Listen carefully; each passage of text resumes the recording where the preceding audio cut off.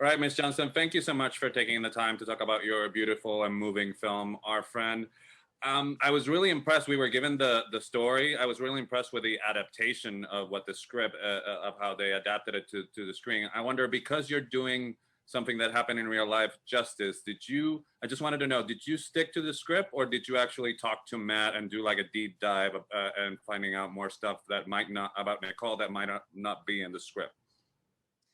We stuck to the script mostly. He was involved in a lot of in the script writing, so there wasn't so much.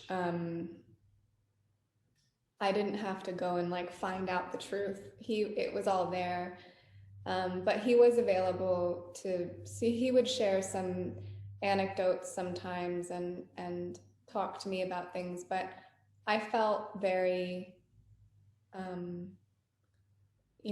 before we started filming, we had a conversation with him, and we had like this big dinner where we kind of discussed everything, and he felt really good about where the script was, and anything else was sort of just stories that he felt comfortable telling me.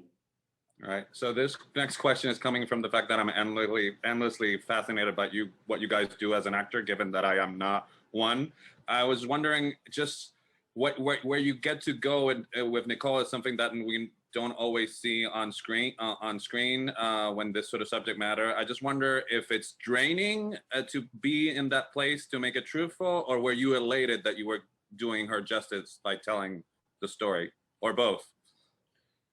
It was hard. It was draining, and it was kind of heavy at times, but it was also really beautiful, and we everyone involved with the film, the actors and the filmmakers, we all really got along well, and it just felt it was such a good environment to be in. So that definitely added a different kind of energy and a more relaxed and a bit of a lighter tone to things.